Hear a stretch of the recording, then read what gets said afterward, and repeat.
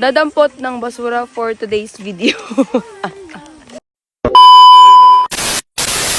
A day in my life as a public school teacher na magdadampot ng basura ngayong Saturday. Walang char. Today, bigla nga akong ginising ni mama para samahan daw siyang magdampot ng basura. Walang char. Good morning! Medyo antok pa nga ako pero naisip ko maganda na rin to para makapag-exercise man lang ako ngayong weekend. At dahil nga nasa probinsya ako guys, malamig talaga dito kapag madaling araw kaya for the jacket talaga ang person. Walang char. Bago nga kami umalis guys, parang mas natagalan pa nga ako mag-prepare. Char. Maaga nga pala yung pagdadampot namin ng basura dito guys para hindi naman mainit. Ready to go na talaga ang mga person. Nakita nyo ba guys yung fog? Naiwanan ko pa nga yung salamin ko, sana makita ko yung mga basura. Char. So far nakita ko pa naman kahit maliit yung basura. Sumunod pa nga itong alaga naming aso guys kaya pinawi muna ni mama. Ito, dapat to sa basurahan. Santo, sino nagkainit ha?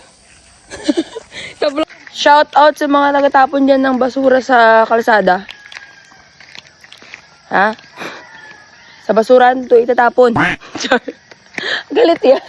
Ganito nga pala yung practice dito sa aming barangay guys, yung mag-clean up drive every Saturday bawat purok. So today kami nga nakaschedule magdampot ng basura sa aming purok. Walang char. Sipag yarn. Char. Masabi ko hindi natin kailangan ng granding hakbang para makagawa ng pagbabago. Ay, ano daw? Ang kailangan natin ay pagkakaisa, disiplina at malasakit. Kung bawat isa sa atin ay magiging responsable sa tamang pagtatapon ng basura, makakasiguro tayo na mas magiging malinis, ligtas at maayos ang ating komunidad. Walang char. Especially sa mga kabataan at mga high school na naglalakad. Ang simpleng pagtapon ng basura sa tamang lalagyan na isang malaking tulong na. Kung wala mang basura ay pwede naman natin itong ilagay muna sa ating mga bag at iuwi na lang kaysa itapon po natin ito sa mga daanan. Walang char. Dito na kami guys sa may sementeryo. Let's go! Kailangan ko talaga Insta360 or ano? Osmo Pocket DJI. DJI Osmo Pocket 3. Wala. Camera yun binibili. Magabili ako nun sa May. 360, yung maliit lang yan. Parang kinakabit. Orange na ako guys. Nakakasila yung araw. Oh. Galing. Yun eh. At nag-effort ka pa talaga dito ilagay. Pwede mo man ilagay sa bag. Ito. Estudyante natin. Madali lang ito ibulsa. Ha? Guys, ito pala yung nag-grass fire nakaraan.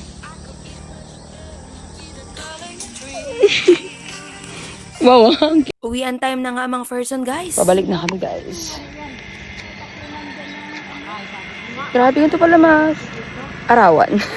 At dahil tapos na nga kami magdampot ng mga basura guys, ay ilalagay na nga namin ito sa MRF. Walang char. Of course, tulong-tulong talaga mga person dito guys. Walang char. Tarak nga pala guys ng city kukuha ng mga basura dito guys. Malapit nga lang pala ito sa aming bahay guys, kaya for the uwi na talaga ang mga person. Pagod yarn.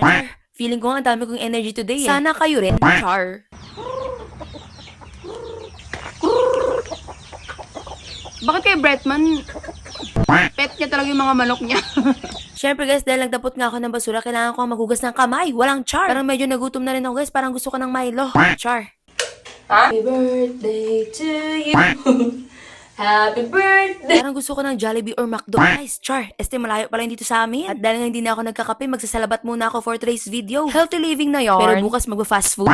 Char. Ang ganda pala sa feeling guys, kapag nakapaglakad ka ng maaga pa lang, walang char. Yun yung pinaka-exercise ko ngayong araw. Ito nga pala yung almusal ko guys, yung pasalubong ni Papa kahapon. Oh, anong lesson natin ngayong araw? Itapon ng basura sa tamang lalagyan. Yun lang, bye. Nag-lesson ka pa, sure, Sabado naman.